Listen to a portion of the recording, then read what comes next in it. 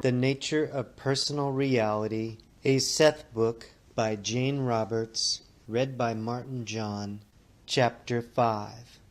The Constant Creation of the Physical Body. As mentioned in Chapter 4, the conscious mind is a portion of the inner self, that part that surfaces, so to speak, and meets physical reality more or less directly. You are mainly concerned now with physical orientation and the corporal materialization of inner reality. Therefore, the conscious mind holds in ready access the information that you require for effective day-to-day living. It is not necessary that you hold in steady consciousness data that does not directly apply to what you consider your physical reality at any given time. As soon as the need for such data, aid, information, or knowledge arises, then it is immediately forthcoming unless your own conscious beliefs cause a barrier. The exquisite, precise, and concentrated focus of your conscious mind is quite necessary in physical life. It is because of this highly selective quality that you can tune into the particular range of activity that is physical. In their own way, animals also possess this selective consciousness. They also focus their attention in very specific directions, perceiving from a vast general field of perception stimuli that is recognized and accepted in an organized manner. Now, the animals' conscious minds connected with their physical brains make this necessary selectivity possible. Without it, there would be an out-of-focus effect that would make physical survival impossible. So certain portions of the inner self come to the foreground of being. Because your mind in life is connected with the brain and the physical organism, it is automatically attuned to corporal reality. And to some extent, of course, it ignores some non-physical data that lies within any given field of perception. Quite simply, it does not allow it into its organizing perceptions. It, the data, is then blocked out. Again, this is quite necessary. There is some information and data that does not apply to physical reality. Some of it is perceived by non-physical entities who organize it into their system of reality, where it does have meaning, but we will not be concerned with it here. While you are physical, then, you will always be concentrating upon certain data to the exclusion of all other data. In other kinds of realities, you may ignore the physical system entirely, however, focusing instead upon those systems of existence that are not now recognized within your own. In your present life, the conscious mind assesses physical reality and has behind it all the energy, power, and ability of the inner self at its disposal. Any information that it requires will be available. Its job is to assess that reality effectively, using that fine focus mentioned earlier. Because of its character, consciousness, or the conscious mind, cannot be swamped by too much detail, too much information. The inner self sends to it only the information it asks for or feels necessary. To a very large extent, then, conscious beliefs act as great liberators of such inner data, or as inhibitors of it. The conscious mind is itself developing and expanding. It is not a thing. It learns through experience and through the effects of its behavior. The inner self brings about whatever results the conscious mind desires.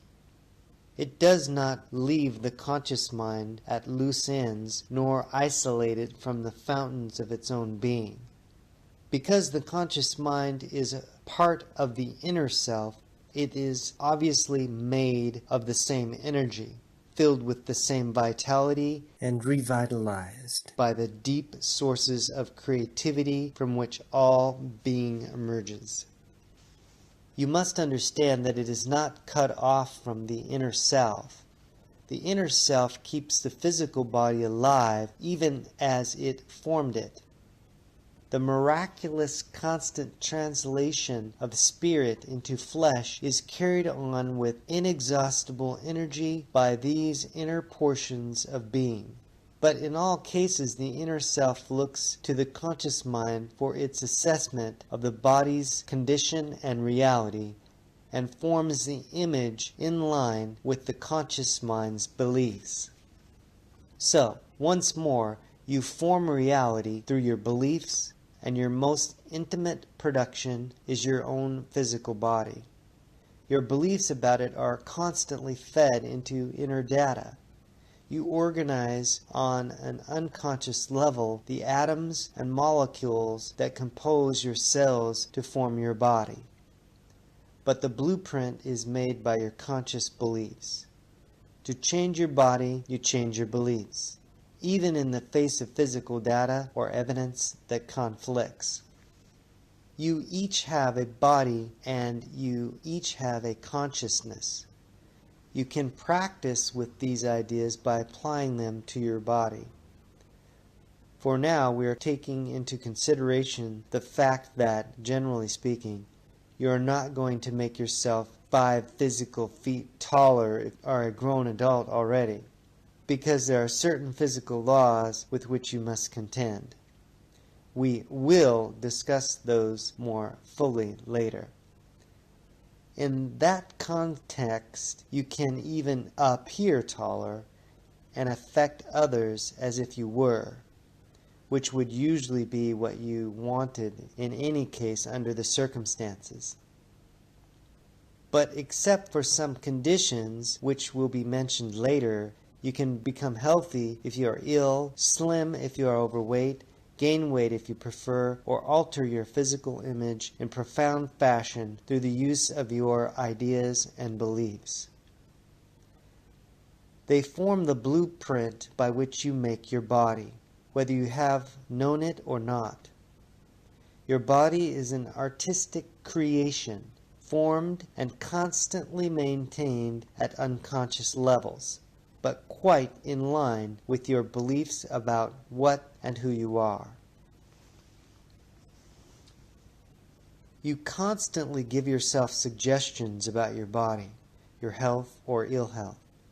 You think about your body often, then. You send a barrage of beliefs and instructions to the inner self that affect your physical image. As I mentioned earlier, your thoughts have a very definite, vital reality. Beliefs are thoughts reinforced by imagination and emotion concerning the nature of your reality. Now, thoughts in general possess an electromagnetic reality, but whether you know it or not, they also have an inner sound value. You know the importance of exterior sound. It is used as a method of communication, but it is also a byproduct of many other events, and it affects the physical atmosphere. Now, the same is true about what I will call inner sound, the sound of your thoughts within your own head. I'm not speaking here of body noises, though you are usually oblivious to these also. Inner sounds have an even greater effect than exterior ones upon your body. They affect the atoms and molecules that compose your cells. In many respects, it is true to say that you speak your own body, but the speaking is interior.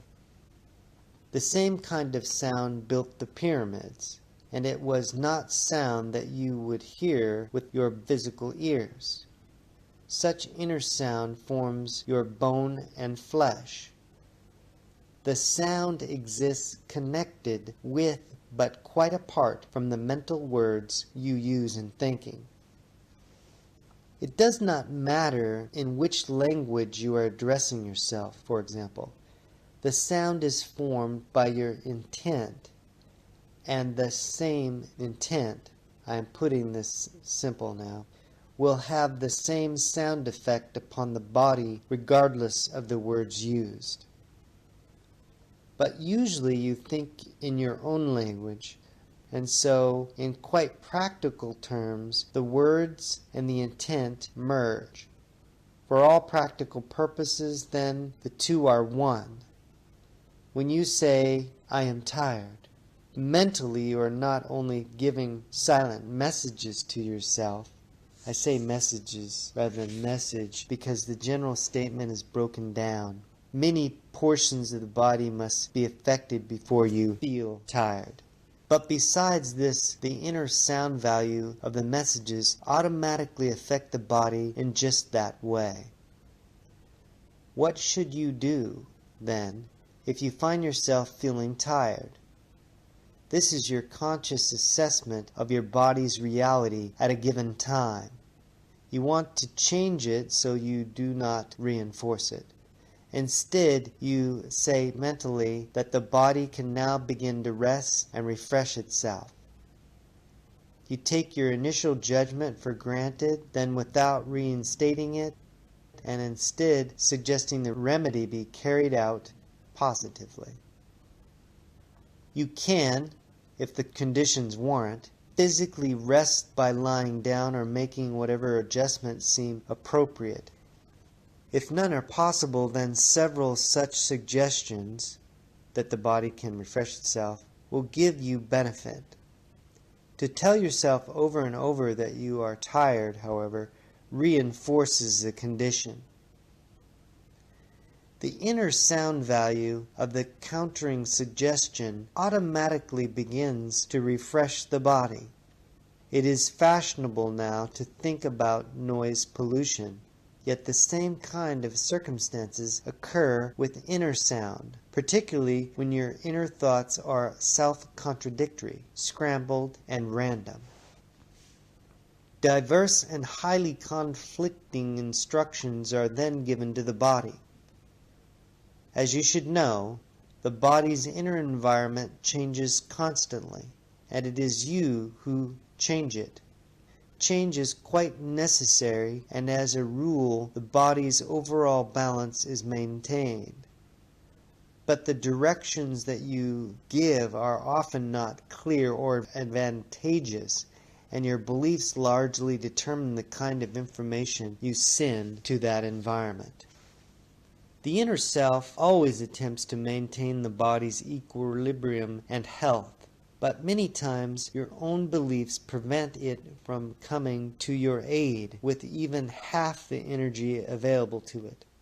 Often only when you are in dire straits do you open up the doors to this great energy, when it is much too clear that your previous beliefs and behavior have not worked.